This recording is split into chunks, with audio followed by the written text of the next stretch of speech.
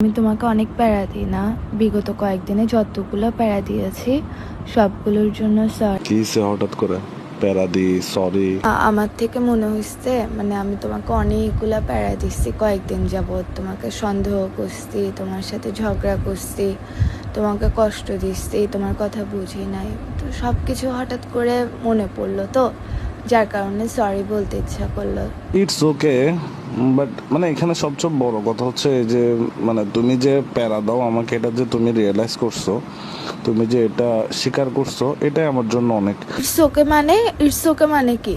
Sorry বললে না, তুমি যে আমাকে প্যারা দিছো এগুলোর জন্য সরি বললে না, রিয়েলাইজ করছো না, এর জন্য কি ইটস ওকে, ইটস ওকে। তো রিয়েলাইজেশন কি শুধু আমার একার? তো তুমি আমাকে সরি বলবা না, অপোজিটে তুমি আমাকে এরকম বলবা না না জান তোমার কোনো দোষ নাই, তুমি কোথায় প্যারা দিছো, এটা তো গার্লফ্রেন্ডের দায়িত্ব।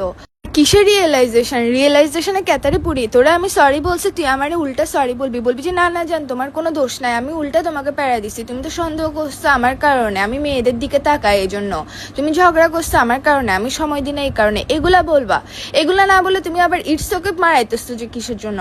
ফালতু কথা বলার জায়গা পাও না তুমি? তোমার মধ্যে আসলে কোনো রিয়েলাইজেশন নাই। আমার মধ্যে রিয়েলাইজেশন থাকলেও হবে, রিয়েলাইজেশন দুজনের মধ্যে থাকতে হবে। ফাইসলামও করো তুমি আমার সাথে, যা ব্রেকআপ।